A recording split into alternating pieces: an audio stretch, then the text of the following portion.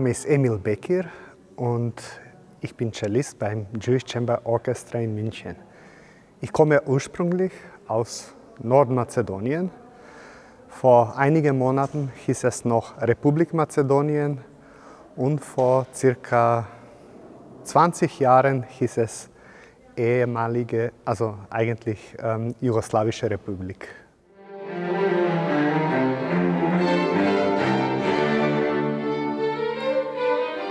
Also ich muss eine lustige Geschichte erzählen.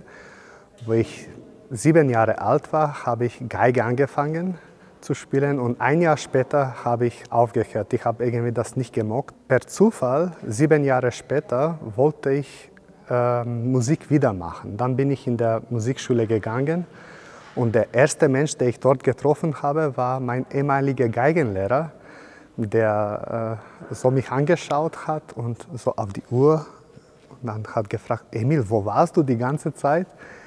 Und dann habe ich ihm erzählt, dass ich eigentlich nichts mit der Geige machen könnte und dann, ob ich eventuell Musik machen kann jetzt in diesem Alter und was für Instrument ich spielen könnte.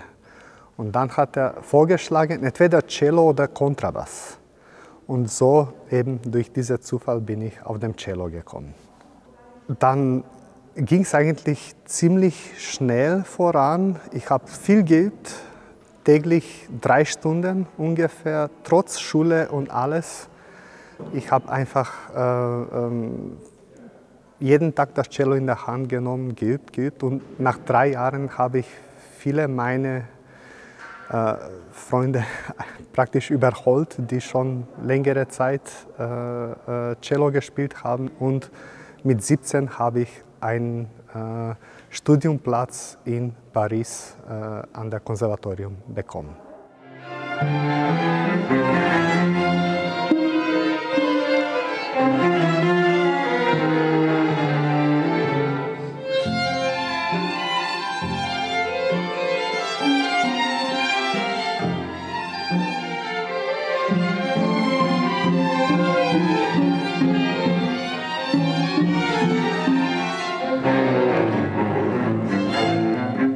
Ich kam ins Jewish Chamber Orchestra durch meine Frau, die Solo-Cellistin Anni Koseke.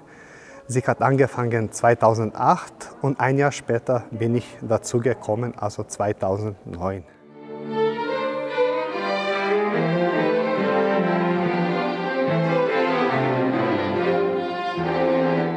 Mir gefällt sehr viel bei JCOM die Musik, die Auswahl der Stücke, die wir spielen, verschiedenen jüdischen Komponisten oder die Stücke, die etwas mit der jüdischen Kultur zu tun haben. Ich mag die Menschen, die hier spielen. Wir sind inzwischen mit mehreren sehr guten Freunden geworden und die Art und die Weise, wie wir arbeiten hier, gefällt mir sehr.